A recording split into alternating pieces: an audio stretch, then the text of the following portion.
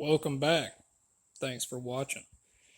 So, last video that I actually managed to edit and put up, if you can call what I do editing, was putting these doors on that I got down south last year. Well, we made our annual pilgrimage to that pile of sand on the coast again. I can't stand the beach. But was able to run by Watson & Sons Jeep Salvage and picked us out a nice set of fenders for this truck. And man, I'm telling you, after going there and talking to those guys, they have some high quality full size Jeep parts. The fenders they set out, I called them a day ahead before I drove up there, and they set out a really nice set of fenders that were for a restoration quality vehicle for a very fair price. And I felt bad buying them, so I found some fenders that were completely rust free but had a few dents on them and some vehicles that were in their junkyard there, and they pulled them off for me and gave me a pretty good deal on them. So that being said, this video is going to be about replacing the fenders on this J20. As you can see, it doesn't show up quite as bad in camera, but these fenders are terrible shape. Somebody's pop riveted sheet metal to try to do some body work in the past over them. This was all rotted out when I got the truck, and at the time I just self-tapped and screwed a piece of sheet metal over it. Really, in all honesty, since the doors are such a different color, the truck's going to have to be painted, so there's no sense in doing body work on that stuff when it's so rotten.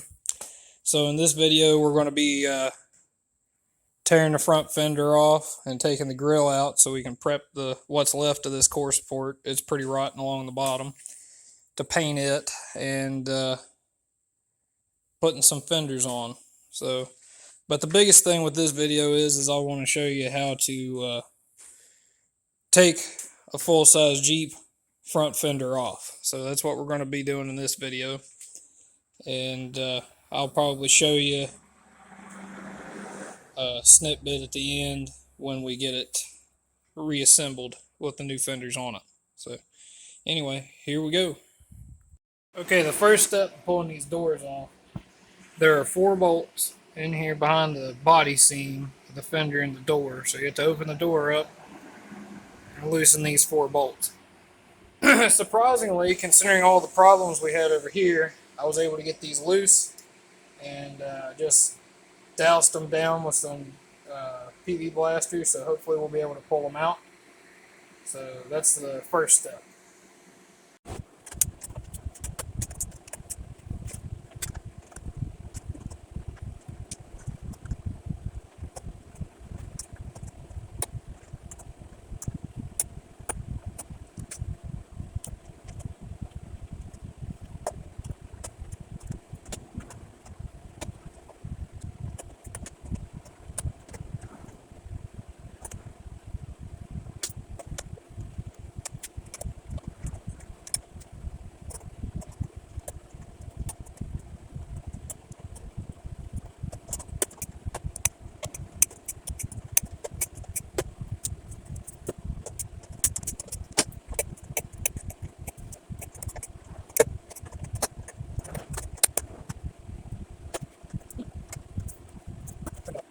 Okay, once you get the 4 bolts out from behind the door, you come down here, right behind the flare here, you have another bolt to take out right there. Actually, this one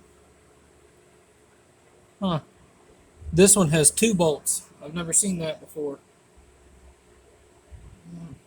But either way, you take them couple bolts out, and then we move on to the next part.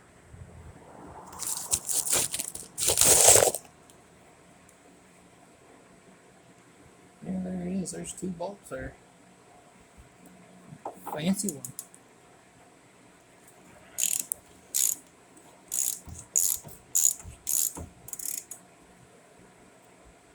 And the nut spinning with it. And what about this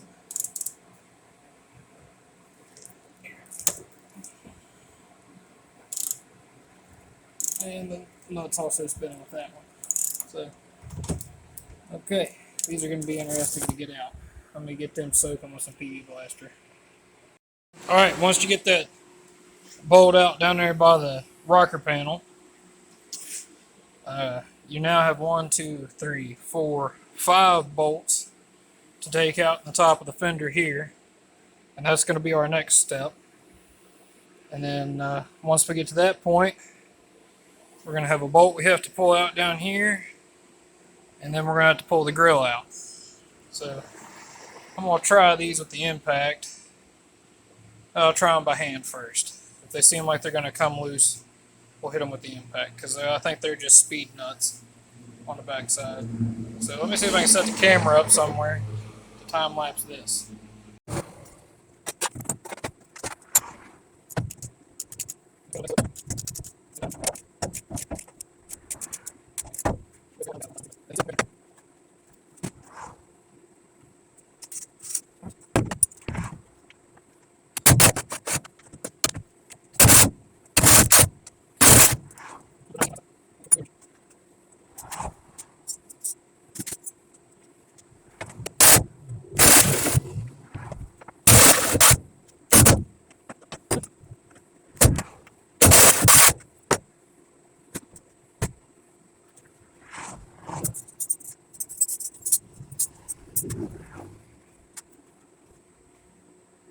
Hey, George. Oh, working on junk.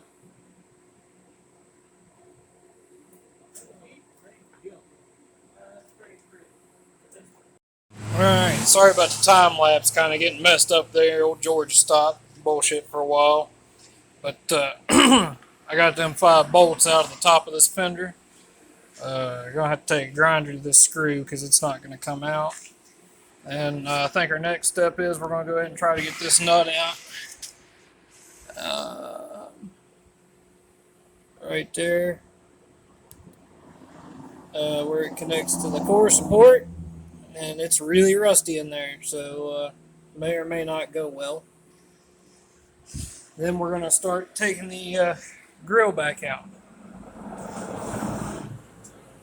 We're about done now.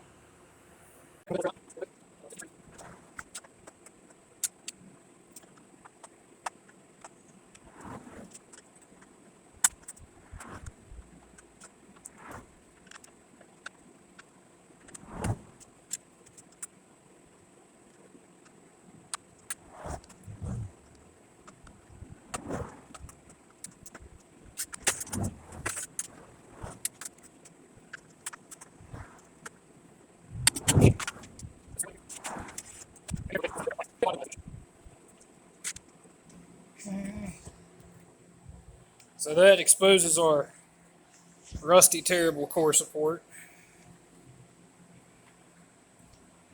And our fender should come off now after I grind that one screw off. Okay, so at this point you have everything on the fender loose. Actually, that's not the truth. No, you don't. But,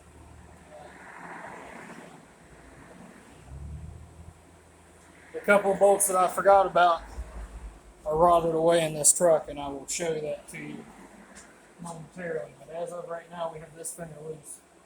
They've always got to come up a little bit and go forward before they come out. Also, another thing I forgot to mention, there's another bolt up here that you have to take the headlight bucket out to get to in this fender. So now you got to kind of lift this up.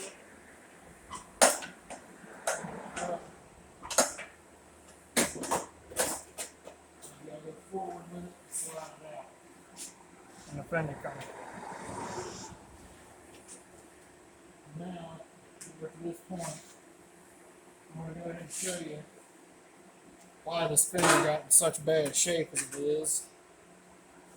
And we're going to have to spitball some ideas to kind of fix some stuff. Okay, sorry for the bad lighting here, but as you can see, a big reason why that fender rotted out this inner fender is just completely gone in here. And down on the bottom where it goes behind the tail, the blinker light housing there. So we're going to have to do some serious work in here trying to plate this so that we can keep that water running off instead of running up into the fender. And as you can see through here, it has just absolutely decimated the inner fender where the actual fender bolts on out here on the edge. So we're going to have to do some kind of something to fix this. As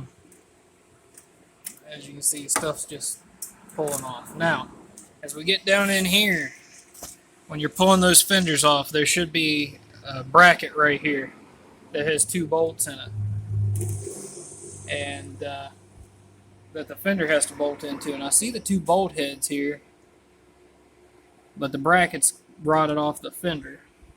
So to pull all this back, and this looks like it's got Bondo in it and everything else under the sun. Yeah, right here's one of the bolts. So we're going to have to pull all this out of here, and we're going to have to replace some sheet metal.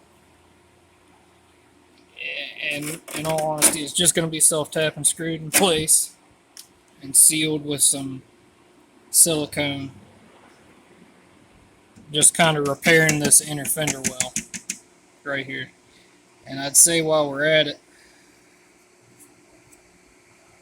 go ahead and see if we can do something with this corner of the cab. I mean, ain't much I can do with that right there as far as fixing with my capabilities, but I can at least clean it up, cut the rotten out, paint the edges, and put a plate over it, which will help with more salt and water intrusion. So really it looks like we need an inner fender, but